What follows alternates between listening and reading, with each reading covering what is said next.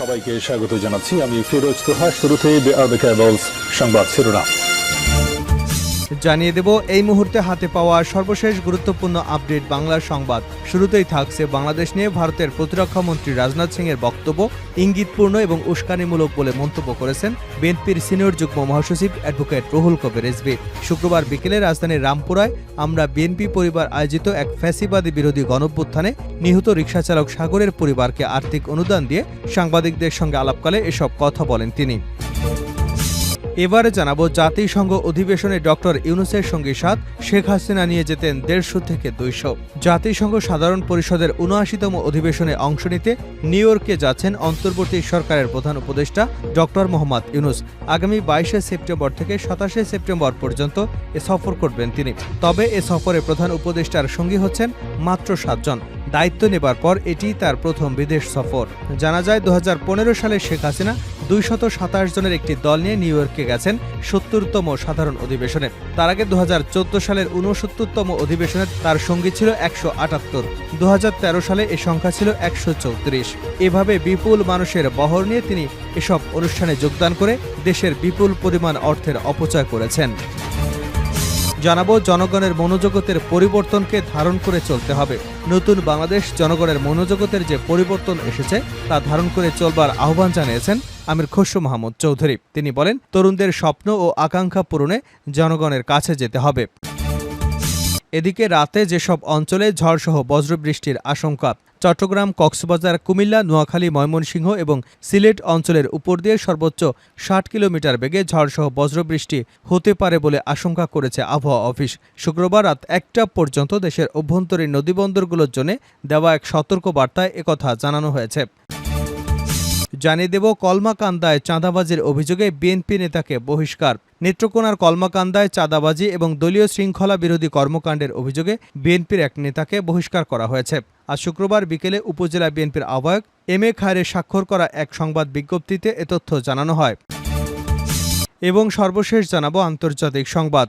জেনিন থেকে ইসরায়েলি সেনা প্রত্যাহার, স্বাভাবিক হচ্ছে জীবনযাত্রা। অধিকৃত পশ্চিম তীরের জেনিন শহর থেকে তাদের সেনা প্রত্যাহার করে নিচ্ছে দখলদার ইসরায়েলি বাহিনী। টানা দিনের অভিযানে পশ্চিম তীরে ৩৬ জনের মৃত্যু হয়েছে। তবে বৃহস্পতিবার রাত থেকে সেনা প্রত্যাহার শুরু করে নিয়েছে ইসরায়েলি বাহিনী। এরপরই সেখানে স্বাভাবিক জীবনযাত্রা ধীরে ধীরে ফিরে আসতে শুরু করেছে। এতক্ষণ শিরোনাম শুনছিলেন, এবার বিস্তারিত। প্রিয় দর্শক, আপনি যদি এই চ্যানেলের নতুন হয়ে থাকেন, ভিডিওটি দেখতে দেখতে চ্যানেলটি সাবস্ক্রাইব করে আমাদের সঙ্গে থাকুন। আর এই ভিডিও সম্পর্কে আপনি আপনার মূল্যবান মতামতটি কমেন্ট বক্সে জানিয়ে দিন। আর হ্যাঁ প্রিয় দর্শক, জানিয়ে দিন ভিডিওটি কোথা থেকে দেখছেন। ভারতের প্রতিরক্ষা মন্ত্রী রাজনাথ সিং এর বক্তব্য উস্কানিমূলক রিজভী। বাংলাদেশ নিয়ে ভারতের প্রতিরক্ষা মন্ত্রী রাজনাথ সিং এর বক্তব্য ইঙ্গিতপূর্ণ এবং উস্কানিমূলক বলে মন্তব্য করেছেন বিএনপির সিনিয়র যুগ্ম মহাসচিব অ্যাডভোকেট রুহুল কবির রিজভী। শুক্রবার বিকেলে রাজধানীর রামপুরায় আমরা বিএনপি পরিবার আয়োজিত আওয়ামী ফ্যাসিবাদ বিরোধী গণঅভ্যুত্থানে নিহত রিকশাচালক সাগরের পরিবারকে আর্থিক অনুদান দিয়ে সাংবাদিকদের সঙ্গে আলাপকালে এসব কথা বলেন তিনি। রিজভী বলেন, একটি বিষয় আমি অত্যন্ত উদ্বেগের সঙ্গে জানাচ্ছি। ভারতের প্রতিরক্ষামন্ত্রী রাজনাথ সিং ভারতের সেনাবাহিনীর কমান্ডারদের সঙ্গে যে বৈঠকে বলেছেন, যুদ্ধের মাধ্যমে শান্তি প্রতিষ্ঠার জন্য সেনাবাহিনীকে প্রস্তুত থাকতে বলেছেন। এটা তাদের দেশের ব্যাপার, তাদের দেশের নিরাপত্তার ব্যাপার। তিনি বলেন, আমাদের উদ্বেগের বিষয় যা আমাদের আশঙ্কা তৈরি করেছে। তিনি বলেন, রাশিয়া, ইউক্রেন, হামাস এবং বাংলাদেশ পরিস্থিতি পর্যবেক্ষণ করা হচ্ছে। বাংলাদেশে তো কোনো যুদ্ধ হচ্ছে না। এখানে শতাব্দীর সেরা গণ আন্দোলনের মাধ্যমে স্বৈরাচার সরকারের পতন ঘটেছে। এটা বাংলাদেশের নিজস্ব বিষয় এবং আমাদের উপর দানব চেপে বসা আমাদেরকে রক্ত চষে খাচ্ছিল। জনগণের পকেট কেটে তারা হাজার হাজার কোটি টাকা পাচার করেছে। সেই দানব সরকারকে ছাত্র জনতা আন্দোলনের মাধ্যমে তাদের রক্ত দিয়ে লড়াই করেছে, আন্দোলন করেছে এবং সেই আন্দোলনের মুখে দানব সরকারের প্রধান পালিয়ে গেছে। এখন বাংলাদেশের স্বাভাবিক পরিস্থিতি বিদ্যমান। বাংলাদেশ একটি স্বাধীন সার্বভৌম রাষ্ট্র। Rajnath Singh Russia, Ukraine, Israel, Hamas এবং এর সঙ্গে বাংলাদেশের নাম বলা ইঙ্গিতপূর্ণ এবং উস্কানিমূলক। এ বিষয়ে বাংলাদেশের সকল ছাত্র জনতাকে সতর্ক থাকতে হবে। বিএনপির এই মুখপাত্র বলেন, নানা ধরনের দুরভিসন্ধি এখনও চলছে। যারা পরাজিত হয়েছেন তাদের আছে বিপুল পরিমাণ কালো টাকা। বিগত ১৬ বছরে এই কালো টাকা তারা কামিয়েছেন। এখন তারা এই কালো টাকা ব্যবহার করে নানা ষড়যন্ত্র করছে। গার্মেন্টস শ্রমিকদের তারা নানাভাবে ব্যবহার করবার চেষ্টা করছে। গোটা দেশকে অস্থিতিশীল করবার জন্য তারা গভীরভাবে ষড়যন্ত্রে মেতে উঠেছে। রাস্তায় ব্যারিকেড দিয়ে দেশকে দুর্যোগের মধ্যে ফেলে দেওয়ার চেষ্টা করছে। দেশবাসীকে এ বিষয়ে সতর্ক থাকতে হবে। আশুলিয়ায় শ্রমিকদেরকে উস্কানি দিচ্ছে এই অশুভ শক্তি কারা, তাদেরকে আবার এই ছাত্র জনতা শ্রমিকরা মিলে প্রতিরোধ করতে হবে। জাতিসংঘ অধিবেশনে ডক্টর ইউনূসের সঙ্গী সাথ, হাসিনা নিয়ে যেতেন 150-200। জাতিসংঘের সাধারণ পরিষদের ৭৯তম অধিবেশনে অংশ নিতে নিউ ইয়র্কে যাচ্ছেন অন্তর্বর্তী সরকারের প্রধান উপদেষ্টা ডক্টর মোহাম্মদ ইউনূস। আগামী ২২শে সেপ্টেম্বর থেকে ২৭শে সেপ্টেম্বর পর্যন্ত এ সফর করবেন তিনি। তবে এ সফরে প্রধান উপদেষ্টার সঙ্গী মাত্র ৭ জন। দায়িত্ব নেবার পর এটি তার প্রথম বিদেশ সফর। ডক্টর ইউনূসের সফরসঙ্গীদের মধ্যে আছেন মেয়ে দিনা আফরোজ ইউনূস, এইচডিজি বিষয়ক মুখ্য সমন্বয়ক লামিয়া মোর্শেদ, অর্থনৈতিক অবস্থার শ্বেতপত্র প্রণয়ন কমিটির প্রধান দেবপ্রিয় ভট্টাচার্য এবং দ্রিকের ব্যবস্থাপনা পরিচালক শহীদুল আলম। বাকি ৩ সমন্বয়ক সঙ্গী হচ্ছেন প্রধান উপদেষ্টার বিশেষ সহকারী মোহাম্মদ মাহফুজ আলম, প্রধান উপদেষ্টার সহকারী একান্ত সচিব সাব্বির আহমেদ এবং ব্র্যাক বিশ্ববিদ্যালয়ের শিক্ষার্থী আয়শা সিদ্দিকা তিথি। জাতিসংঘ সাধারণ পরিষদের অধিবেশনে যোগ দিতে বাংলাদেশ থেকে যাওয়া দলগুলোর মধ্যে এবারে সবচেয়ে ছোট দলগুলোর একটি নিয়ে সফর করবেন ডক্টর ইউনূস। এর আগে ২০১৫ সালে শেখ হাসিনা ২২৭ জনের একটি দল নিয়ে নিউ ইয়র্কে ৭০তম সাধারণ অধিবেশন এবং টেকসই উন্নয়ন বিষয়ক জাতিসংঘের বিশেষ শীর্ষ সম্মেলনে যোগ দিতে যান। তারও আগে ২০১৪ সালে ৬৯তম অধিবেশনে তার সঙ্গী ছিল ১৭৮ জন। ২০১৩ সালে এ সংখ্যা ছিল ১৩৪ জন। জাতিসংঘ সাধারণ অধিবেশনে শেখ হাসিনার প্রতিনিধি দলে আওয়ামী লীগ সরকারের মন্ত্রী, প্রধানমন্ত্রীর কার্যালয় ও পররাষ্ট্র মন্ত্রণালয়ের কর্মকর্তা ও ব্যবসায়ী প্রতিনিধিরা থাকতেন।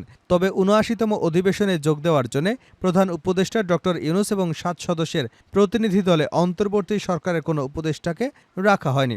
এ বিষয়ে সোমবার পররাষ্ট্র উপদেষ্টা মোহাম্মদ তৌহিদ হোসেন জানিয়েছিলেন, জাতিসংঘ সাধারণ অধিবেশনের সফরে প্রধান উপদেষ্টা প্রতিনিধি দলকে কার্যকর ও যতটা সম্ভব ছোট রাখতে চান। জনগণের মনোজগতের পরিবর্তনকে ধারণ করে চলতে হবে আমির খসরু। নতুন বাংলাদেশের জনগণের মনোজগতে যে পরিবর্তন এসেছে তা ধারণ করে চলতে হবে। তরুণদের স্বপ্ন এবং আকাঙ্ক্ষা পূরণে জনগণের কাছে যেতে হবে, এমন মন্তব্য করেছেন বিএনপির স্থায়ী কমিটির সদস্য আমির খসরু মাহমুদ চৌধুরী। শুক্রবার পিপলস পার্টি ন্যাপ ও গণফোরামে লিয়াজো কমিটির বৈঠক শেষে একথা বলেন তিনি। আমির খসরু বলেন, নতুন বাংলাদেশে যে পরিবর্তন আনা জরুরি সেগুলো জনগণের কাছে তুলে ধরতে হবে। তারেক রহমান ও জাতীয় সরকারের ঘোষণা দিয়েছেন তা রাজপথে সব দলকে নিয়েই হবে।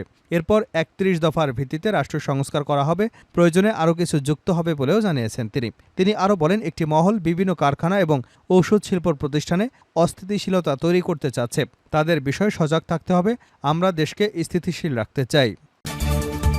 রাতে যেসব অঞ্চলে ঝড়সহ বজ্রবৃষ্টির আশঙ্কা। চট্টগ্রাম, কক্সবাজার, কুমিল্লা, নোয়াখালী, ময়মনসিংহ এবং সিলেট অঞ্চলের উপর দিয়ে সর্বোচ্চ ৬০ কিলোমিটার বেগে ঝড়সহ বজ্রবৃষ্টি হতে পারে বলে আশঙ্কা করেছে আবহাওয়া অফিস। শুক্রবার রাত ১টা পর্যন্ত দেশের অভ্যন্তরীণ নদীবন্দরগুলোর জন্য দেওয়া এক সতর্কবার্তায় একথা জানানো হয়েছে। আবহাওয়াবিদ মোহাম্মদ হাফিজুর রহমান স্বাক্ষর করা বিজ্ঞপ্তিতে বলা হয়, চট্টগ্রাম, কুমিল্লা, কক্সবাজার, নোয়াখালী, ময়মনসিংহ, সিলেট অঞ্চলের উপর দিয়ে দক্ষিণ অথবা দক্ষিণ পূর্ব দিক থেকে ঘন্টায় ৪৫ থেকে ৬০ কিলোমিটার বেগে অস্থায়ীভাবে দমকা অথবা ঝোড়ো হাওয়া বয়ে যেতে পারে। সেই সঙ্গে বৃষ্টি অথবা বজ্রসহ বৃষ্টি হতে পারে। তাই এসব এলাকার নদীবন্দরগুলোকে ১ নম্বর সতর্ক সংকেত দেখাতে বলা হয়েছে। এদিকে আবহাওয়ার অপর এক বিজ্ঞপ্তিতে বলা হয়েছে, বঙ্গোপসাগরে একটি লঘুচাপ সৃষ্টি হয়েছে, এটি ঘনীভূত হতে পারে। এছাড়া মৌসুমী বায়ু বাংলাদেশের উপর মোটামুটি সক্রিয় এবং উত্তর বঙ্গোপসাগরের মাঝামাঝি অবস্থায় রয়েছে। এই পরিস্থিতিতে আগামীকাল শনিবার সকাল পর্যন্ত দেশের সব বিভাগে অস্থায়ীভাবে দমকা হাওয়া সহ হালকা থেকে মাঝারি ধরনের বৃষ্টি অথবা বজ্রবৃষ্টি হতে পারে। সেই সঙ্গে চট্টগ্রাম, সিলেট বিভাগের কোথাও কোথাও মাঝারি ধরনের ভারী থেকে অতি ভারী বর্ষণ হতে পারে। ঝড়, বৃষ্টি ও ভারী বর্ষণের এই প্রবণতা ১ সপ্তাহ অব্যাহত থাকতে পারে। শেষ করছে আন্তর্জাতিক সংবাদ দিয়ে। জেনিন থেকে ইসরায়েলি সেনা প্রত্যাহার, স্বাভাবিক হচ্ছে জনজীবন। অধিকৃত পশ্চিম তীরে জেনিন শহর থেকে তাদের সেনা প্রত্যাহার করে নিচ্ছে দখলদার ইসরায়েলি বাহিনী। টানা দিনের অভিযানে পশ্চিম তীরে ৩৬ জন নিহত হয়েছেন। তবে বৃহস্পতিবার রাত থেকে সেনা প্রত্যাহার শুরু করে ইসরায়েলি বাহিনী। এরপরে সেখানে স্বাভাবিক জীবনযাত্রা ধীরে ধীরে ফিরতে শুরু করেছে। ইসরায়েলি বাহিনী সম্প্রতি জেনিনে বর্বর অভিযান পরিচালনা করবার পর শহরটি এক প্রকার অচল অবস্থায় ছিল। নেতানিয়াহু বাহিনী শহরটি ঘিরে রাখার ফলে স্থানীয় জনগণের দৈনন্দিন জীবনযাত্রা ব্যাহত হয়ে পড়ে এবং ভীতির পরিবেশ সৃষ্টি হয়। গত ২৮শে অগাস্ট ইসরায়েলি সেনাবাহিনী পশ্চিম তীরের জেনিন সহ বেশ কয়েকটি শহর ও গ্রামে সামরিক অভিযান শুরু করে। বেশ কয়েকদিনের ধ্বংসাত্মক অভিযানে সাঁজোয়া যান বুলডোজার ব্যবহার করে। এ সময় জেনিনে বাস্তব শিবির থেকেও পালিয়ে যায় বাসিন্দারা। পুনরায় তাদের বাড়িঘরে ফিরে আসতে শুরু করেন। ফিলিস্তিনি সশস্ত্র গোষ্ঠীগুলোর শক্তিশালী ঘাঁটি হিসেবে পরিচিত এই শহরের ইসরায়েলি বাহিনী দীর্ঘদিন ধরে অভিযান পরিচালনা করে আসছে। শুক্রবার ইসরায়েলি বাহিনী এক বিবৃতিতে জানায়, তারা জেনিন এলাকায় সন্ত্রাস বিরোধী কার্যক্রম পরিচালনা করছে। যদিও সরাসরি সেনা প্রত্যাহারের কথা উল্লেখ করেনি। বিবৃতিতে আরও বলা হয়, ইসরায়েলি নিরাপত্তা বাহিনী সন্ত্রাস বিরোধী অভিযানের লক্ষ্য অর্জনের জন্য কার্যক্রম চালিয়ে যাচ্ছে। জেনিনে পরিচালিত অভিযানে ইসরায়েলি বাহিনী 14 জন হামাস যোদ্ধাকে হত্যা করেছে এবং 30 জন সন্দেহভাজনকে আটক করেছে। সেই সঙ্গে রাস্তায় পুঁতে রাখা প্রায় 30টি বিস্ফোরক সরিয়ে ফেলেছে, এমনটি জানানো হয়। এছাড়াও তারা 4টি বিমান হামলাও পরিচালনা করেছে। এদিকে জেনিনে সংঘর্ষ চলাকালে একজন ইসরায়েলি সেনা নিহত হয়েছে। হামাস ও ইসরায়েলি জিহাদ উভয়ে জানিয়েছে নিহতদের কমপক্ষে 14 জন যোদ্ধা ছিল। স্থানীয় বাসিন্দারা 48 বছর বয়সী 7 সন্তানের বাবা আজিজ তালেব এবং তার পরিবারের বাড়িতে ফিরে এসে দেখেন যে ইসরায়েলি সৈন্যরা তাদের বাড়িতে অভিযান চালিয়েছে। তিনি বলেন, আল্লাহকে ধন্যবাদ যে বাচ্চারা আগের দিন এখানে ছিল না, তারা পাশের বাড়িতে ছিল। যদি তারা এখানে থাকতো তাহলে ইসরায়েলি সেনারা সতর্কতা ছাড়াই তাদের মেরে ফেলত।